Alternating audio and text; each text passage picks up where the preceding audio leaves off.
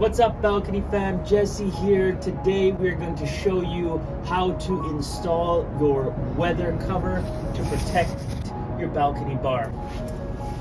First step, you're going to remove your lock pins. Hold down the smaller arm into the bracket casing. Just fold it flat. Remove your zip ties so that you can remove the balcony bar. Okay, step 2, you're going to open up the balcony cover. Here you have the base pocket. Enclose the bar top into the pocket here, and it's easiest done on the railing.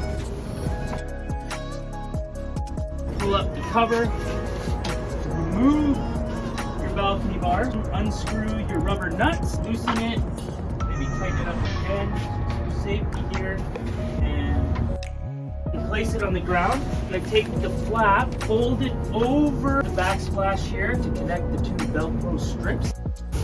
Next step, you should have both zippers at opposite ends of the zipper track. Close the zippers so the only thing that's exposed is the top of the bracket. You're going to come to the other side and do the exact same thing. Here we have it, friends. Your balcony bar is now fully covered, protected from the elements. What we recommend you do is just try to keep it on the ground and keep it outside, out of the way, and you're good.